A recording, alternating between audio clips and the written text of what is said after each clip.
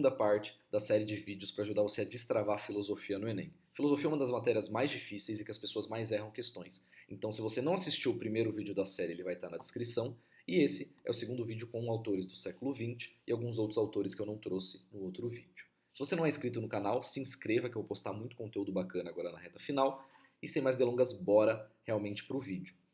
O que esse vídeo tem como objetivo, basicamente? Falar sobre filosofia usando conceitos vamos dizer assim, de forma muito mais simples do que normalmente eles são ensinados. Eu sinto que a filosofia, ela é muito complexa, mas ela pode ser simplificada se você usar palavras-chave para cada um dos autores e entender os conceitos-chave de cada um.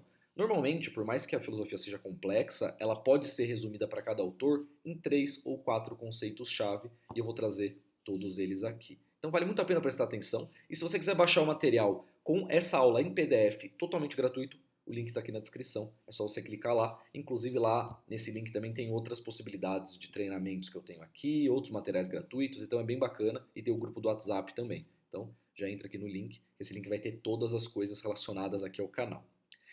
Resumão de filosofia para o Enem. Eu vou começar com 2 autores que eu não falei na última aula. Eu acabei deixando passar, que são 2 autores contratualistas. Eles são autores super importantes, são úteis para redação, muita gente usa como repertório, eu mesmo usei no ano passado um deles como repertório, mas a ideia basicamente é que são tanto Jean-Jacques Rousseau quanto Thomas Hobbes. São 2 autores bastante importantes, que eles vão ter ideias, eu não digo diametralmente opostas, mas razoavelmente opostas sobre como o contrato social e como a natureza do ser humano funciona. O Jean-Jacques Rousseau, basicamente, ele vai dizer que o contrato social é onde os indivíduos abdicam de certas liberdades em troca de segurança e benefícios comuns. Então, da mesma forma até que a gente conversou na última aula sobre John Locke, a ideia dos contratualistas é dizer que a sociedade, para ela funcionar, ela precisa ter algum tipo de contrato entre os governantes e entre os governados, porque senão o estado de caos acaba se instaurando. O Rousseau, ele trazia que o estado da natureza do ser humano é que o ser humano é bom, tem até aquela frase famosa, né? O homem nasce bom, a sociedade o corrompe. Então a concepção de Rousseau é de um estado hipotético que as pessoas vivem antes da formação da sociedade, caracterizado pela liberdade e igualdade. Ele fala sobre aquela questão do estado primitivo, dos indígenas, ele usa esse exemplo como assim, o homem é bom, mas a sociedade o corrompe. Então isso é um conceito muito importante de saber dele. Outro conceito é a vontade geral. A noção de que a verdadeira vontade de um povo é a vontade geral, que busca o bem comum. Que é aquela ideia, né, que as decisões políticas devem refletir o interesse de toda a sociedade. É o que se aproxima da democracia, como a gente vê hoje, que a gente sabe que tem os seus desvios, mas a ideia aqui seria num mundo utópico em que os grupos privilegiados não têm o poder. A gente sabe que o dinheiro acaba afetando muita coisa e a realidade é um pouco diferente, mas de certa forma a democracia seria uma das formas de fazer essa vontade geral.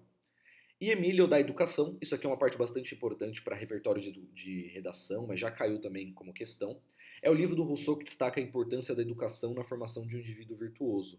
Então, que uma pessoa, para ela conseguir desenvolver moral, desenvolver bons costumes, ela precisa ter educação. Então, essa é uma das premissas também de Rousseau. Agora vamos falar de um outro autor que é bastante distinto no ponto de vista pensante de Rousseau, que é Thomas Hobbes.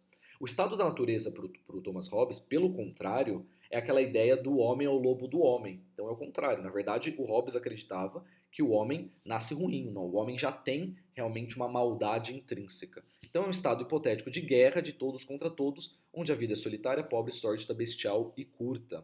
Então, o governo ele vem como, na verdade, um mediador desse estado de violência. Então, sem um governo que ele acredita que tem que ser um soberano absoluto, né, defende um governo soberano com autoridade para manter a ordem e paz, ele acredita que a sociedade ia ser totalmente um caos, uma desordem, então precisaria um soberano absoluto para conseguir dominar todos esses pontos. A gente tem que pensar no contexto, né? A gente está falando aqui de uma época que ainda o absolutismo era muito forte, né? Rousseau é uma época um pouco mais recente, em que a gente já encontra aí a Revolução Francesa acontecendo mais no fim da vida dele.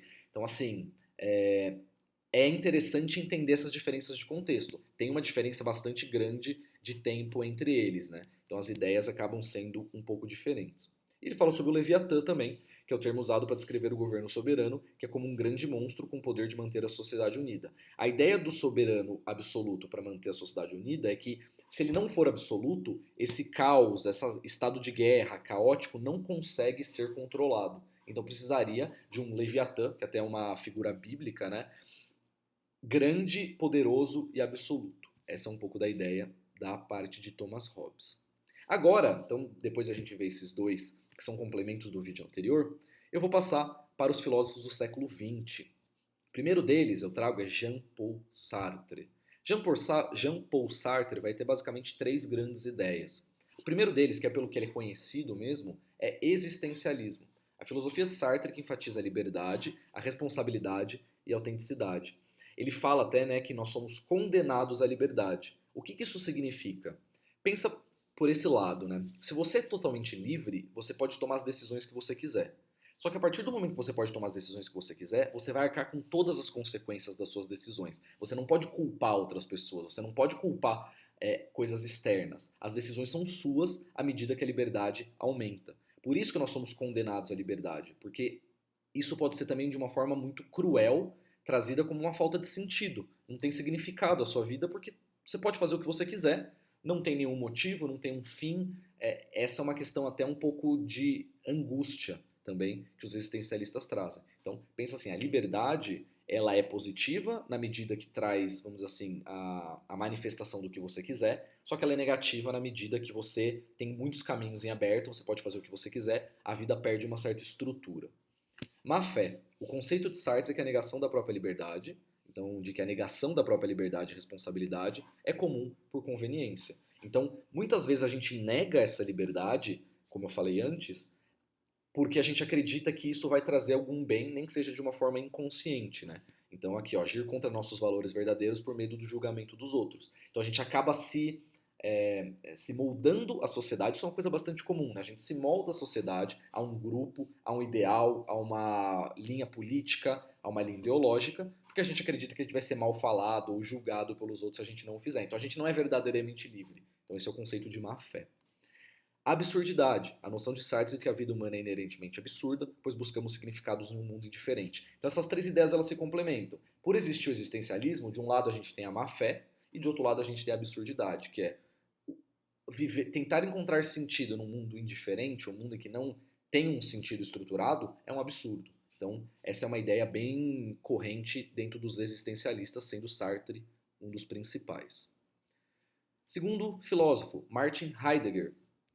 Ele tem a ideia, ele traz, né, algumas ideias bem interessantes, primeiramente falando sobre o ser no mundo, que é um conceito de que somos sempre seres no mundo envolvidos em atividades práticas. Então, a nossa vida, né, o nosso ser, ele está intrinsecamente ligado ao que nós fazemos, à maneira como nós agimos no mundo, e não de uma forma simplesmente etérea ou teórica. Então, é uma coisa muito prática. Então, o ser no mundo está relacionado com atividades. Então, nós somos o que nós fazemos.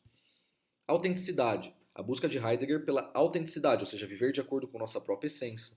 Então, diferente ali da má-fé de Sartre, seria a ideia de que nós só realizamos nosso potencial genuíno quando a gente entende que muitas vezes as expectativas sociais vão ser contrárias ao que a gente acredita.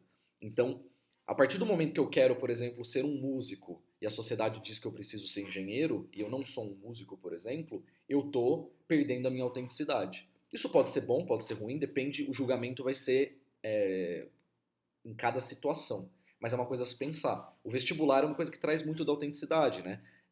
Se você vive de acordo com a sua própria essência, muitas vezes você vai acabar tomando decisões no seu vestibular, ou do que você quer fazer para a sua vida, diferentes do que a sociedade quer, mas é uma decisão sua, é uma decisão que está dentro ali dos existencialistas, por exemplo, pensando que é uma decisão que você tem total liberdade para tomar, mas a sociedade, por diversos meios, por questões financeiras, questões sociais, questões morais, pode fazer você tomar decisões diferentes. E temporalidade, a ideia de Heidegger de que o tempo desempenha um papel fundamental na nossa existência, com tudo sendo conectado. Então, a nossa consciência ela funciona como uma conexão do passado, do presente e do futuro, e não simplesmente de uma forma desconexa ou apenas vivendo no presente.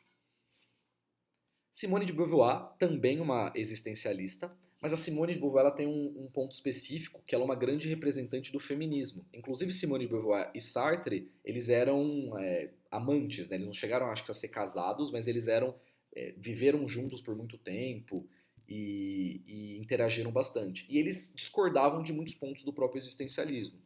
Um dos pontos fortes da Simone, como eu comentei, é o feminismo, E a contribuição dela é que enfatiza a liberdade das mulheres e a luta contra a opressão. Se a gente pensar no contexto histórico aqui do século XX, é uma batalha muito forte do século XX. Ela participa intelectualmente dessa batalha, trazendo muito do, vamos dizer assim, um direcionamento teórico, um direcionamento de ideologia para que as feministas possam seguir.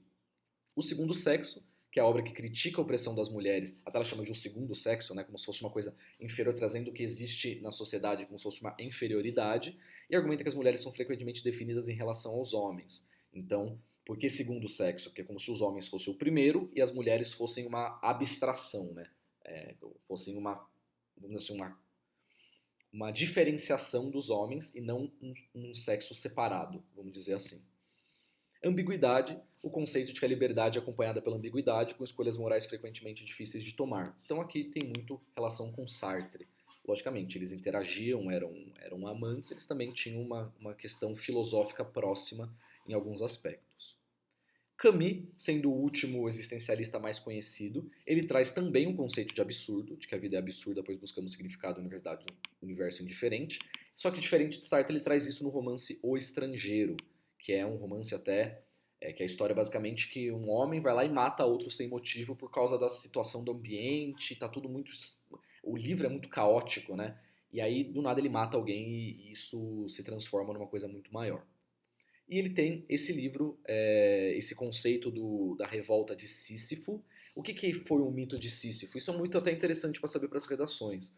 É aquele mito eu não lembro exatamente o contexto, mas é basicamente que o cara tem que subir a pedra todos os dias e a pedra volta e cai, né? Então, é a ideia de que a revolta é contra o absurdo, né? Que é aquela coisa que você faz sem motivo. Você fala assim, por que eu vou subir a pedra se ela vai cair todos os dias e eu vou ter que subir de novo? Só que isso a gente pode pensar na nossa própria vida, né? A nossa vida não seria subir a pedra e cair? Tipo, no fim das contas, a gente trabalha para ganhar dinheiro e acaba gastando esse dinheiro e tem que trabalhar de novo. Então, se a gente faz coisas que são absurdas, coisas que são vistas como inúteis apenas para sobreviver, qual é o sentido de tudo isso? Se a gente não tem as experiências, se a gente não tem a vivência. Então, é um desafio à eterna monotonia, essa monotonia do dia a dia. Será que a vida é só isso? Será que a vida é só a gente vai lá, trabalha, ganha dinheiro, gasta, depois trabalha de novo? Acorda e depois dorme, acorda e depois dorme. Parece que tudo é um ciclo que termina sempre no mesmo lugar. Popper.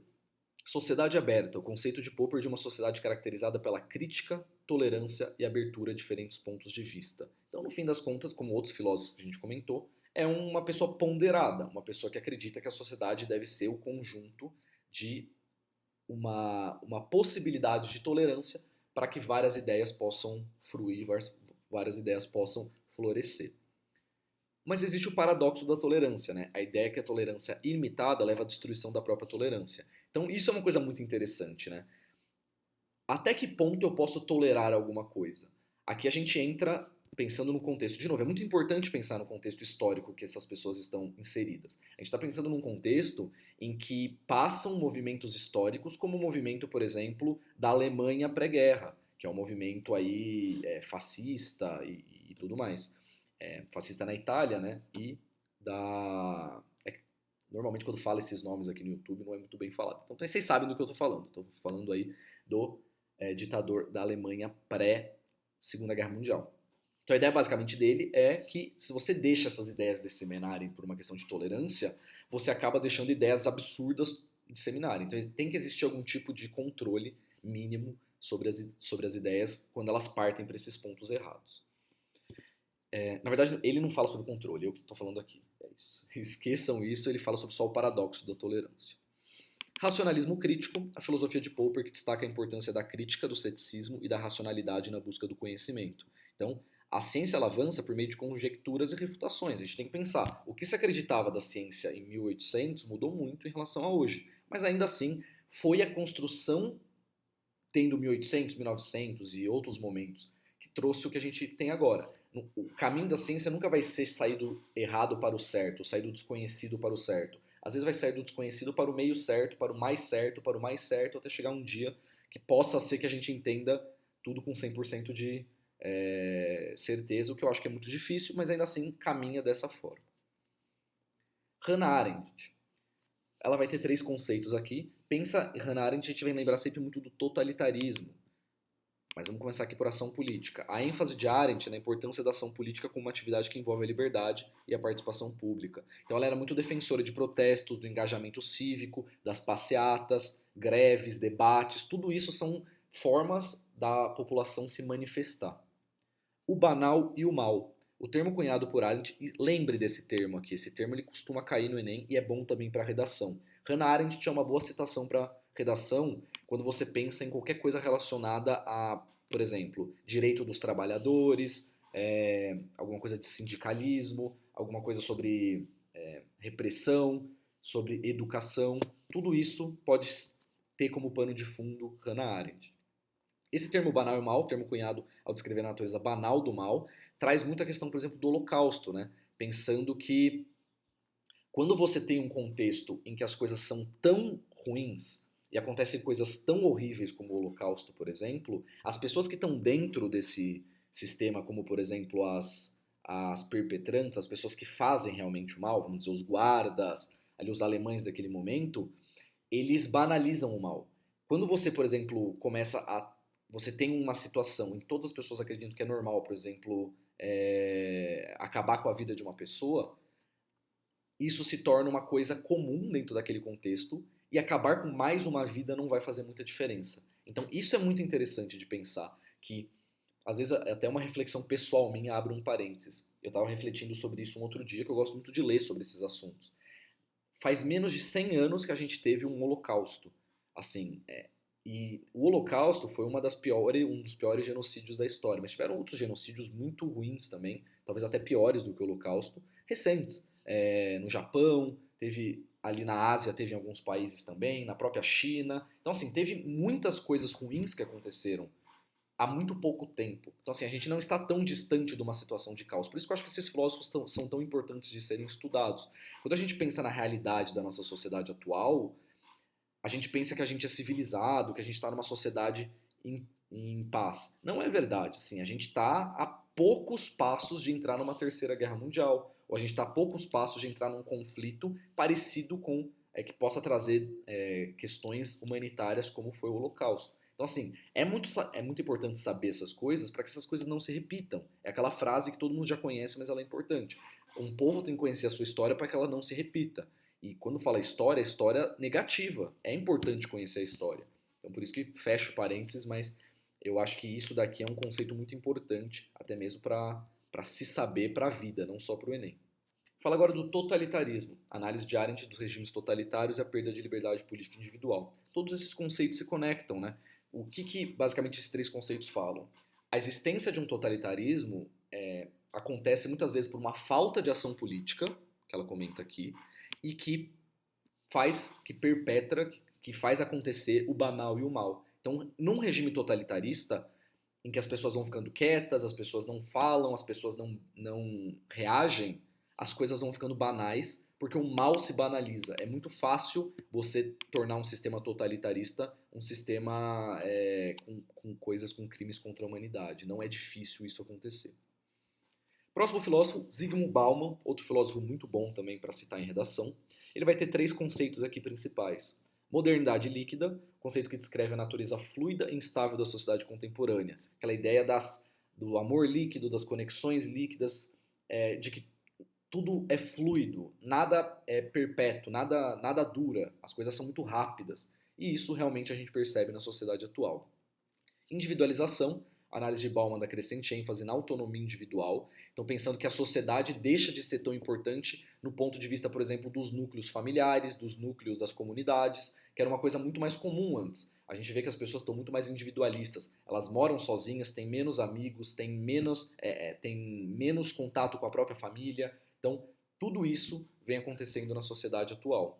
E a sociedade do consumo, que diz que basicamente a felicidade, como ela não consegue ser obtida por razões, vamos dizer assim, intrínsecas ou razões de conexões, ela acaba sendo transferida para o consumo. Então o consumo se torna uma forma de ser feliz. Tanto que os próprios anúncios mostram muito isso, né? A gente olha alguns anúncios que associam a compra de alguma coisa com a sua felicidade. O que é uma mentira, né? Não existe nenhuma relação entre a compra de uma coisa e a felicidade. O que torna você feliz é como você usa essa coisa ou como você vive a sua vida com a coisa ou não. Então, essa sociedade de consumo é uma crítica que ele traz, dizendo que essa associação entre felicidade e consumo é feita continuamente, mas ela não necessariamente é verdadeira. Habermas, outro autor muito bom para citar em redação e que cai aí bastante no Enem.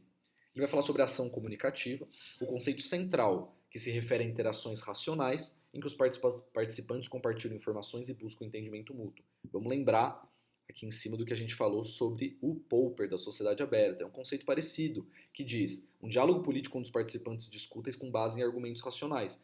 É basicamente isso. A comunicação entre as pessoas é o caminho para que se tenha entendimento mútuo. Razão comunicativa, a capacidade de Habermas de raciocinar, negociar e resolver conflitos através do discurso. Então, novamente, a partir da ação comunicativa, a gente vai ter a razão comunicativa, que é como eu resolvo, como que eu faço a diplomacia? Eu faço a partir da argumentação lógica em debates públicos. E aí a gente precisa de um espaço público, que é a esfera em que os cidadãos discutem questões políticas e públicas de maneira aberta e democrática. E por último, o desenvolvimento humano. Isso aqui é um argumento muito usado, né? É uma citação muito usada em redações, que é a visão de que Habermas de que a democracia e a comunicação desempenham um papel crucial no desenvolvimento humano e o exemplo que seria a melhoria das condições de vida através da participação política informada, em que as pessoas têm esse direito ao desenvolvimento humano, mas isso envolve essa ação comunicativa e a existência de espaços públicos para isso. Então, contrastando até com a Hannah Arendt, quando a gente pensa no totalitarismo, na banalidade do mal, a gente está reprimindo essa possibilidade. E por fim, Michel Foucault. A gente vai ter aqui 4 conceitos. Isso daqui até caiu como uma questão ano passado bem literal dele, foi uma questão difícil. Mas ele vai falar sobre a arqueologia do conhecimento, a abordagem de Foucault para investigar as condições históricas e sociais que moldam o conhecimento. O que é arqueologia? Vamos pensar. Vamos entender o conceito. A arqueologia nada mais é que você procurar coisas no passado para explicar, a partir, por exemplo, de fósseis, a partir de penas, a partir de pegadas, o que aconteceu no passado e trazer isso para o presente. A arqueologia do conhecimento é a mesma coisa, só que com o conhecimento. Então você entende a história com uma visão curiosa, com uma visão investigativa. Poder e saber. A ideia de que o poder e o conhecimento estão intrinsecamente ligados, e o poder determina o que é considerado conhecimento. Então, é aquela ideia de que a história é escrita pelos vencedores, né? Então, assim, eu consigo, se eu tenho poder, direcionar o saber. Essa seria um pouco da ideia que ele acreditava.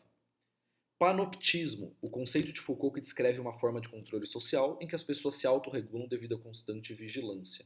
Então, é aquela ideia das prisões projetadas para que os prisioneiros sempre sintam que estão sendo observados. Tem até eu não lembro se foi um tema de redação, alguma coisa do tipo, que era basicamente uma cadeia em que existia no meio dela um guarda e ele tinha a visão de 360 graus. E a prisão era redonda, então todos os prisioneiros estavam sendo vistos por esse ou esses guardas. Então, essa sensação de panoptismo. E isso pode ser colocado muito na nossa sociedade também em alguns pontos. Essa vigilância contínua, aquela ideia do 1984 de George Orwell, que assim, o tempo todo nós estamos sendo vigiados e por conta disso a sociedade acaba se autorregulando por conta dessa constante vigilância. Genealogia, abordagem de Foucault para traçar a origem e evolução das práticas e conceitos sociais, que entra um pouco também relacionado à arqueologia do conhecimento. Então, basicamente, essa é a ideia dos filósofos principais. Se ficou faltando algum filósofo, deixe nos comentários. E se você quiser que eu faça um resumo de sociologia, muita gente me perguntou, falou, você fez aí toda a filosofia. Você consegue fazer também de sociologia? Consigo, não é difícil não. Então, se vocês quiserem, eu posso fazer um vídeo específico de sociologia, mas espero que vocês tenham gostado. Deixe os comentários, é importante para mim, para eu saber o feedback de vocês, se vocês gostaram, se foi útil, principalmente. E lógico, depois do Enem eu vou querer que vocês voltem aqui no vídeo e comentem se foi as questões que caíram, porque com certeza vão cair pelo menos umas 3 ou 4 questões envolvendo os temas desse vídeo e do vídeo número 1. Não esqueça de baixar o material aqui no link da descrição e vejo vocês aí no próximo vídeo.